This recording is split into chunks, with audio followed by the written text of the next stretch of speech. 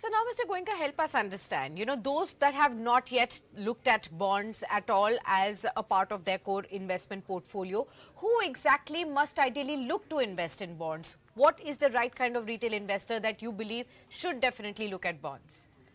The short answer is everyone, and I will elaborate on that.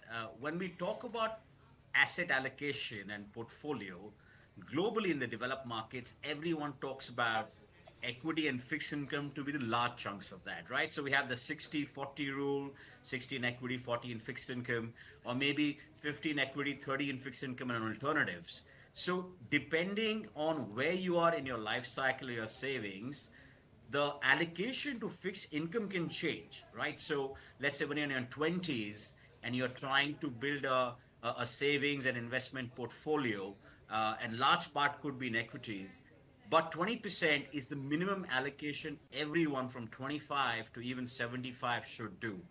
What we see is when people start making more or creating more wealth, the allocation to fixed income actually increases. So hypothetically, if you have 100 rupees, you might bet everything in equity, trying to, get a rapid return. But when we start making 10 lakhs or 50 lakhs or 1 or 50 crores, you do not want to risk on a higher volatile assets and you want to conserve. So really Correct. everyone should be looking at it. People for life goals, it's a great way to save for an education, for a marriage, or in 3 years to 4 years time, if you want to save money and make 10 to 12% returns as you go along. Okay, a 10 to 12% return over the next 4 5 years, if that kind of a horizon is what you have, then definitely bonds is something that you could be looking at. Now, tell us, sir, what are the factors that are currently creating more buzz around bonds at this point in time? Why is everybody interested in talking about bonds at this current stage, sir? So I will take it back that people have seen an equity wobble because we're largely equity as an investment country, and I believe some of the small caps and mid caps have gone down by 40 to 50 to 60%.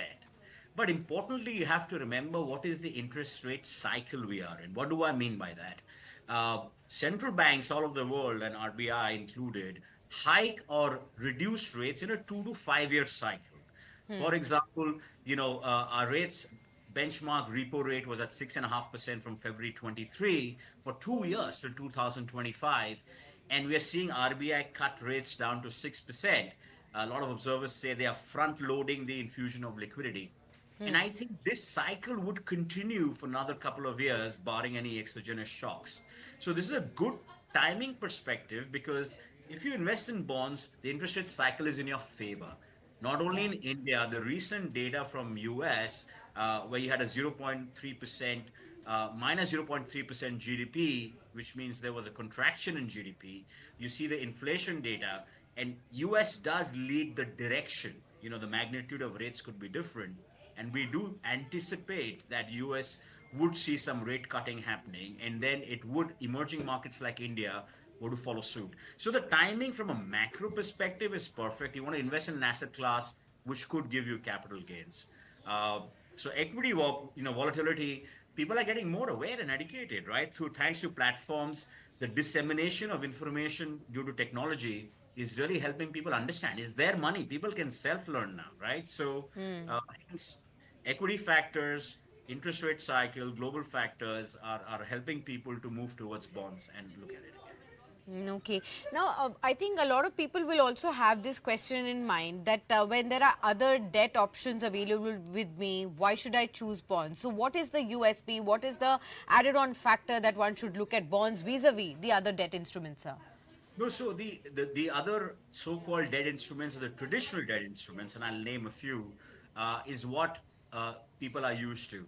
Yeah. Most of these debt instruments, whether through pensions or RBI floating rate notes or anything else, have one big disadvantage. They have huge lock-in periods. You cannot get out of that 5 to 7 year or 10 years because Correct. traditionally they've been only maybe made for senior citizens who have a very long-term view on that, right? Second problem they have, they are non-transferable, which means even if you want to get out after 5 years of lock-in, there is no way to sell it to somebody else.